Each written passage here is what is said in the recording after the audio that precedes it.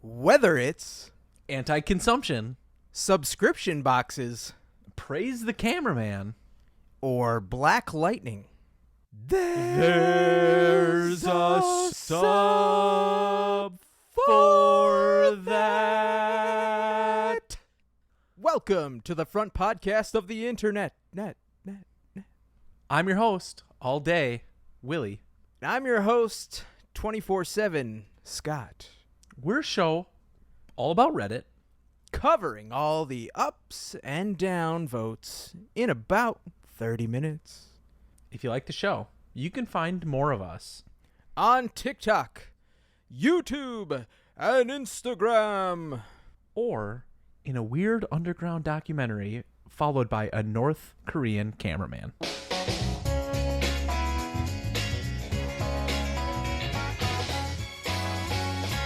I like how you brought that up, Willie, because I have something that I found that I just want to kick off real quick with here. Your pants? Your shoes? Your honky tonk? I mean, I would kick off all of those things if it was allowed, but that's for our other subscription service. You know. You know. I'm assuming many of you have seen this documentary, yourself included. Will you explain Yes, I have paid money to watch this documentary. Will you explain it real quick, give a brief synopsis of what it is? There's a documentary. It follows around this couple, I think, that were in North Korea.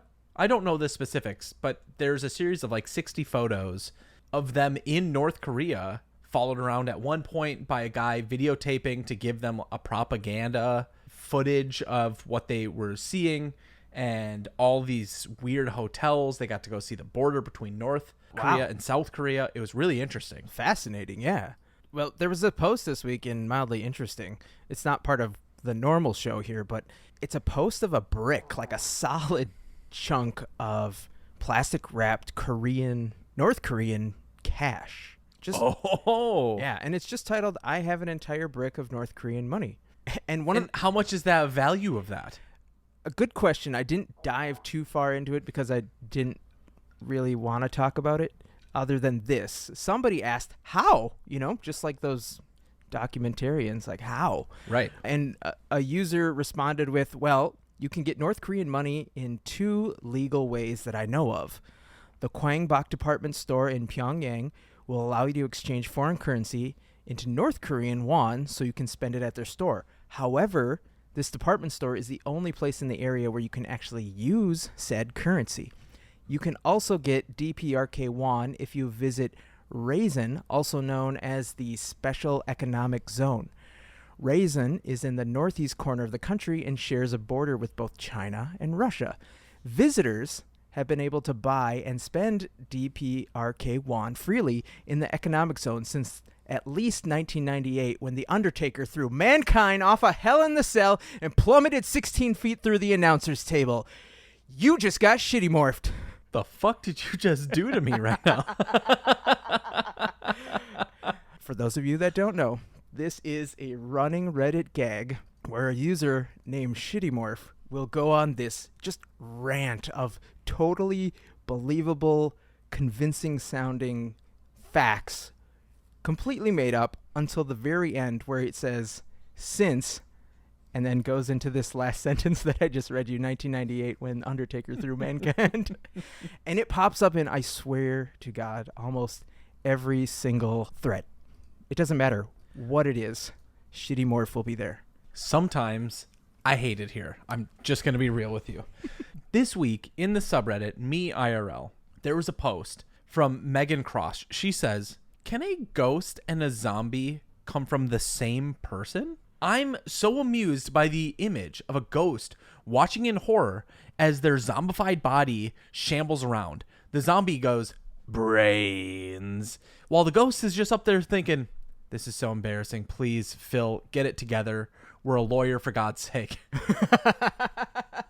Wow, I've never thought of that. But does that mean that you can fight yourself, technically, if you're one of those ghosts that can learn how to harness the kinetic energy of your spirit? So I think we need to deep dive into this, because this is the most important question of the day, is you have to bring two universes together. Do you believe in ghosts?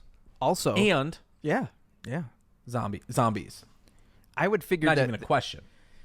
I would have assumed, which would have made me an ass, that they existed in the same universe. But technically, we could have some sort of like multi-universe, multiverse, if you will, crossover event where zombies exist in this one, ghosts exist in this other, some sort of cataclysmic Doctor Strange-like event happens, and there's an incursion.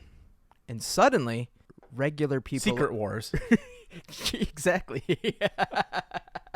I think the real question is this. So if we go with common vernacular on how a zombie interacts, we need to make a choice here in this universe we're building. No fast zombies. Nope. No fast zombies. Nope. Slow I knew zombies. what you were going to say. Good. Okay, good. We just needed to get that out of the way. So you've got slow zombies, and we're not talking zombies from I Am Legend that inevitably get smart. Those are zombies. vampires, weren't they? Technically? I don't know.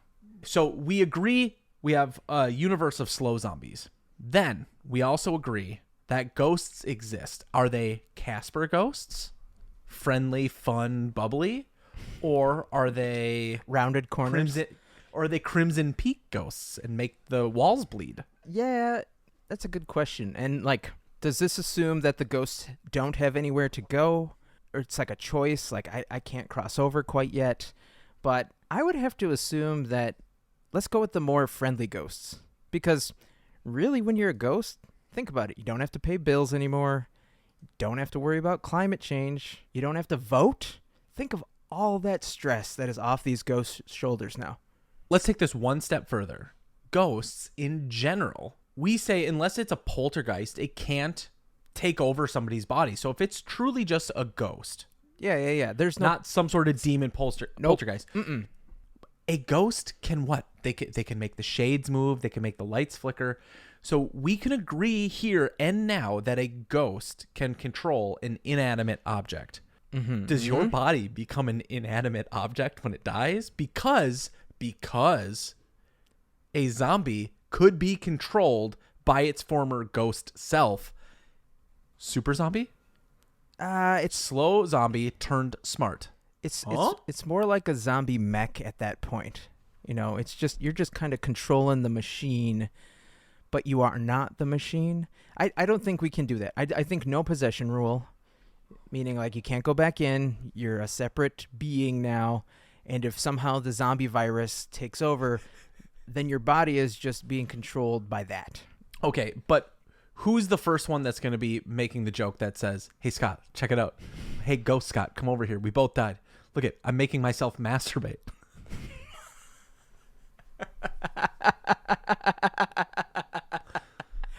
I'd say give it a rest, man. There's nothing. There's no more. Okay. I went too far. I took it too far. Come as you are, Willy. Just come as you are. But speaking of multiversal things, Willy, you texted me a little while ago and said, like, hey, we should look at going to this, what was it, Podcastathon 2023 or something like that, right? And I was like, oh, that's really cool. But I'm going to say I can one-up it. I think you can. How about instead of going to that, we go to San Diego Comic-Con? Yes, please. I would love to, especially after what we saw. That's right. This week. This week was San Diego Comic-Con. I don't know if it's still going, but for all I know, it doesn't matter. The important stuff is done. It's right. All this cool stuff came out, including in this week in r/movies. What was probably the best thing, the Black Panther trailer.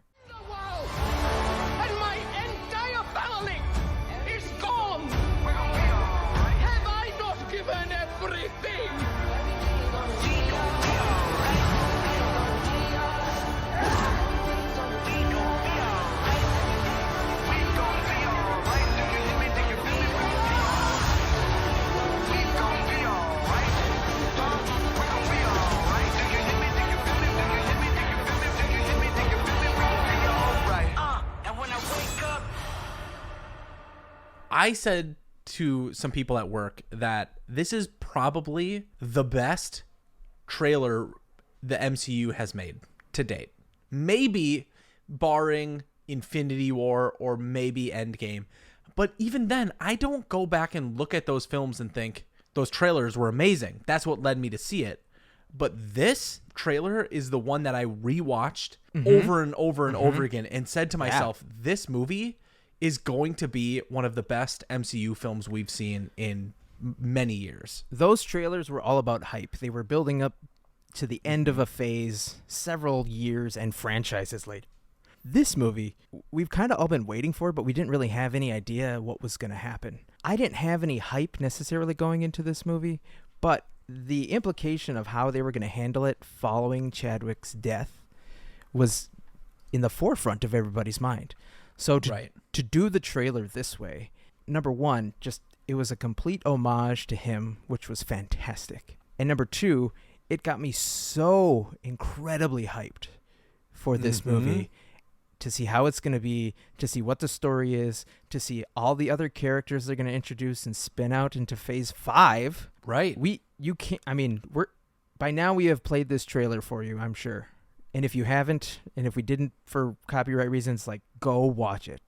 Just find it on YouTube, flip it to that 4K, put it on your big screen TV, and just watch it over and over again. You will be psyched. I know that Marvel and Kevin Feige have made a lot of changes to the timeline just because of the pandemic to how they wanted to release films for Phase 4. And I believe I saw footage correctly that said Phase 4 ends with Black Panther, correct? Yeah, because I think there's a show that's going to be the penultimate. I think She-Hulk is the show that's right before it. And then we get into Phase 5, and we got to see a lot. Oh my gosh, yeah. We get to see almost all of the 2 phases completed.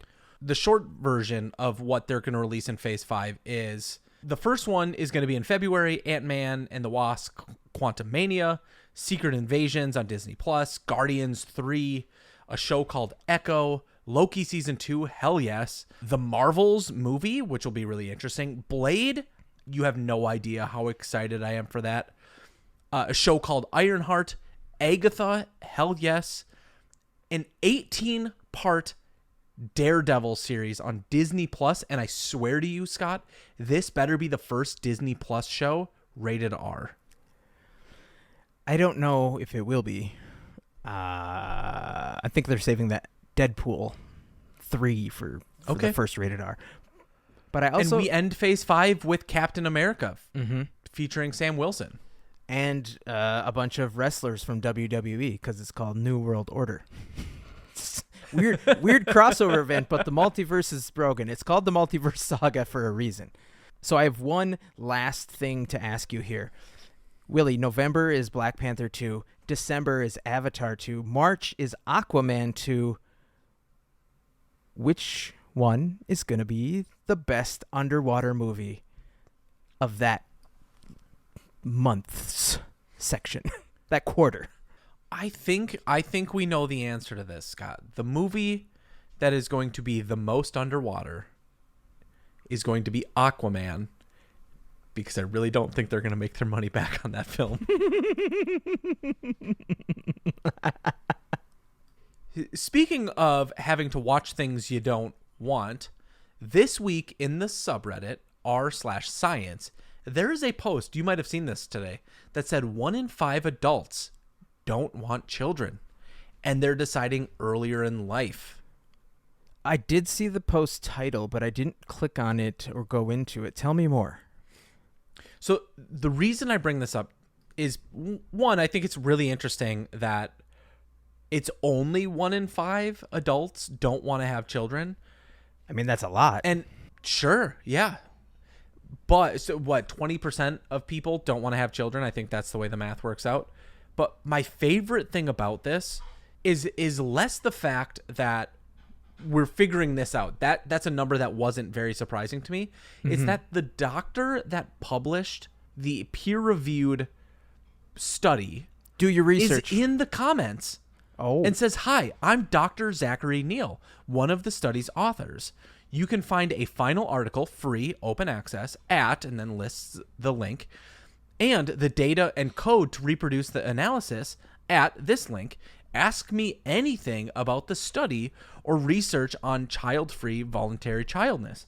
And here's the deal. The amount of times on Reddit as just a platform, we see a post that has a clickbaity title that says some fact that some people will agree with, some people won't, whatever, some controversial title backed up by nothing.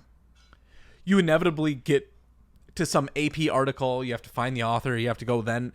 Nobody's going to go do their research, as everybody says. They're going to stop at that title and say, this is fact.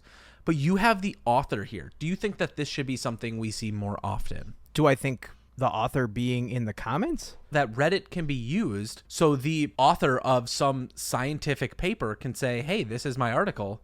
Here's where you find the information. I think there should be some sort of certification, verification thing so that we can actually prove that it's the author and it's not shitty morph, just, telling us a bunch of stuff and then regaling us with a Hell in the Cell kind of joke. So, there would have to be an AMA verification, and then we could say, oh, yeah. Because that's what everybody does. If they see a user and they make a comment, whether it's funny or it's not, the people are going to click on your name, and they're going to see your post history to see if you are legit or full of shit. But yeah, that would be awesome if Reddit pushed more into that area or that arena and said, we are going to be one of the new places for factual research and science. Especially leading up to just politics in general. Oh. Fall and winter is kind of the season for that, right? So winter is coming. I wish I was coming. Hold on. Let me read you a few. Save it for after the show. Come on. The cameras are running. Let me share some of the top AMA moments from the comments. Somebody asks, how many of these people in the study who are without kids are double income high earners? Dr. Neal here says, unfortunately, the data doesn't have a good measure of income. However, we do know that the sample is representative of the Michigan population in terms of age, race, sex, education, income, and politics. Yeah, they should. It requires a bunch of money. I get it, but they should expand this to be a little bit more wider in scope. Another one here says, does anyone have sources on how this percentage has changed throughout the years? Is it exceptionally high or low or similar to previous years? To which Dr. Neal replies and says, most studies focus on fertility, so there isn't much data on child-free people. In this research, we're interested in whether people want to have children, right, not whether they're able to have children. That's very interesting. And did they say what age people are making this decision at? I know it just says younger, but are we talking teens, 20s? The article itself just says that they have data from a representative sample of 1,500 adults who completed MSU's State of the State survey. Okay. I mean, adults and 18-year-olds, so I suppose it could be anybody from that school, or if they sent it out via email or however they chose to deliver it. I don't know about you, Scott, but I always hang out close to colleges. I know. You're banned from several of them. We'll bring that up in a different episode. Very true. Well, speaking of things that are dropping, this week... My balls. Really? Congratulations. Let's have a party. They finally happened. It's about time. Feliz cumpleaños. That's not how you say it. Say it again. Do it. No, we're just fucking. I'm leaving this in. No, this is. Say it again. Been a long. It's okay. You had the first part right. You're 50% there. Feliz cumpleaños. I couldn't say it when I was in school. I can't say it now, man. All right. Well, like I said, speaking of things that are dropping this weekend, today I learned Mount Thor in Canada has the world's longest vertical drop. If you fell off of it, you would fall for over a kilometer before you hit anything. I think that's a way to go. Maybe? Nah, maybe not. That's a long time to think about what's happening. So yeah, my question to you, Willy, is What would you think about? What would you go through your besides what would go through your mind as you were falling to your doom? Fuck. Fuck. Fuck, fuck.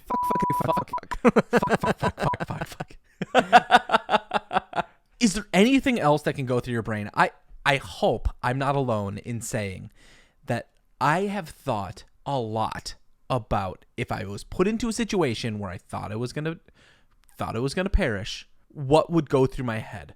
Would I be screaming? Would I be in shock? Would I just be looking at somebody like, is this real life? Or would I actively be searching for moments to get out of it?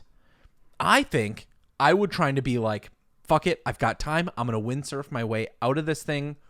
Where is a hill that I can fall on and try to just slide down it like I'm in the video game SSX Tricky and just land it. Yeah, there was some analysis done as per usual in the comments where based on the drop and how like a human can fall, you technically can extend the length of the fall by kind of like putting your arms and legs out kind of like a flying squirrel. And then you would start to catch a drift a little bit. Like you would start to catch air and glide away from the mountain. You wouldn't just fall straight down. Are there other solutions? Like, do you fall into the mountain and try to like tap it a little bit? Like, does that slow you down, or does that sound like a disaster? I think that just puts you into a rag doll that we would all laugh at. I would be the only video of somebody falling from a long height that everybody would be like, that's kind of funny. Do you see that guy? You got to watch this. I'm going to send this to everyone I know. Would you ever go parachuting? Would you ever jump out of an airplane? Parachuting, yes. Hot air balloon, no. Ooh. Okay, add a third one to it. Would you ever go bungee jumping? Like the guy that's like, listen. Okay, that place. Let me tell you something. I want to go to that place. Where I think it's in Australia or New Zealand. I want to talk to that man because he seems very fun. They give you several ways to go. You can like put a bucket over your head, or you can tie yourself into a lawn chair. What? Yeah, and so just like a plastic basic lawn chair, they'll put you in the harness, and then they will wrap you into the lawn chair so your legs and arms are strapped down. And then they'll like hold you off the edge. And that's where that guy is saying like, listen. Hey, wait. Hold on. And they're just like, smile at the camera. Look at the camera. You can it's so well done. You can also pay for a This Is Sparta experience for the video. It's really cool. They'll just kick you off. Now, do they kick you in do they actually kick you so you lose breath? I want that. That's exactly what I want. You probably have to pay extra for it and sign an extra waiver, but we know what people are willing to do for money. Yep. My dumbass would grab the leg and try to take him with. But I think that's enough downs for me, Scott, because it's time for our upvotes and downvotes. But it's sometimes good. It's sometimes not. It's time for ups and down votes with Willy and Scott. Heads or tails? Well, since you already brought it up, tails. All right. It looks like this week you win. So if you want to hear my upvote, head on over to our TikTok. And if you want to hear Scott's downvote, same place. All right, Willy. My upvote of the week is about a Finnish soldier named Amo Koivunen. He got separated from his unit with no food or weapons, and to avoid dying, he took enough meth. What? Methamphetamines for 30 men. We know what meth is, Scott. But he took all of this meth, and during his insane drug binge, skied 250 miles, survived a landmine, and caught and ate a bird raw. Meth is not just something that you can see some junkie on the street get. It's a painkiller. It's a real thing that is given still to this day in hospitals, right? I mean, it's very controlled. But it would called make something sense. else, I think, yeah. It would make sense that a hospital would have something like this, or at least a military medical kit. And back in the day, they gave it to soldiers to like try and get them out of situations where you might be wounded. You know, you just need like all of the adrenaline that your body can handle. According to Wikipedia, this is also the first documented case of a soldier ODing on meth during combat. When he was eventually found, he was admitted to a hospital where his heart rate was measured at 200 beats per minute, triple the average human. And he only weighed 95 pounds. Did he die? No, he survived. Oh my God. That is quite literally the drug trip that everybody would want, especially if they're going for hard stuff like meth. And it's also the theme of Hangover 5. Well, Scott, speaking of doing stupid stuff to your body, my downvote of the week. Do you know what, if I were to say the word Prince Rupert, what do you think that means? Is that what you found in the popcorn last week? No, you sick fuck.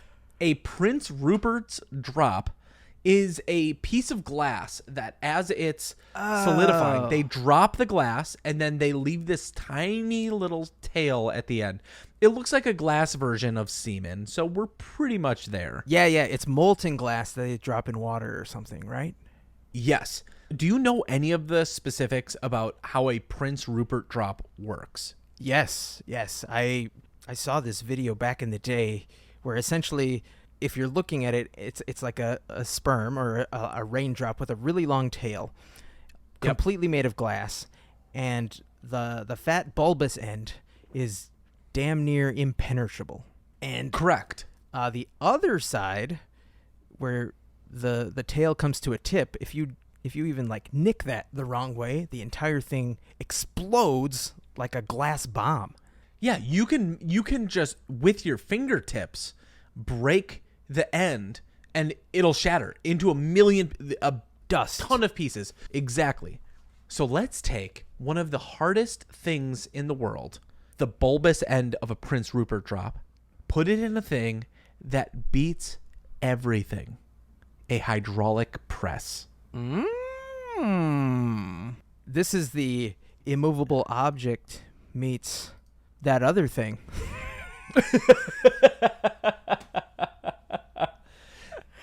Unstoppable force. Weigh the options here. You've got a hydraulic press that can put immeasurable pressure onto an object, and an object that can take immeasurable amounts of force. Which one wins? The answer in 3, 2. I don't know. There is no way in hell that as I watched this video, you didn't have the same reaction as me. That drop is compressing itself into this tiny little smushed up molten glass bit. But what does it do, Scott? It pushes the fuck out of that metal. It destroys the surface of that hydraulic press. I have to admit, I put on safety goggles when I was watching this video because I was expecting it to shatter not only the bulb, but also the camera that was recording it. It just dents the fuck out of that press. Well, not all of us can have a hard-on for Prince Rupert, but thank you so much for hanging out with us today. Find more of us on our socials, and we'll see you next week.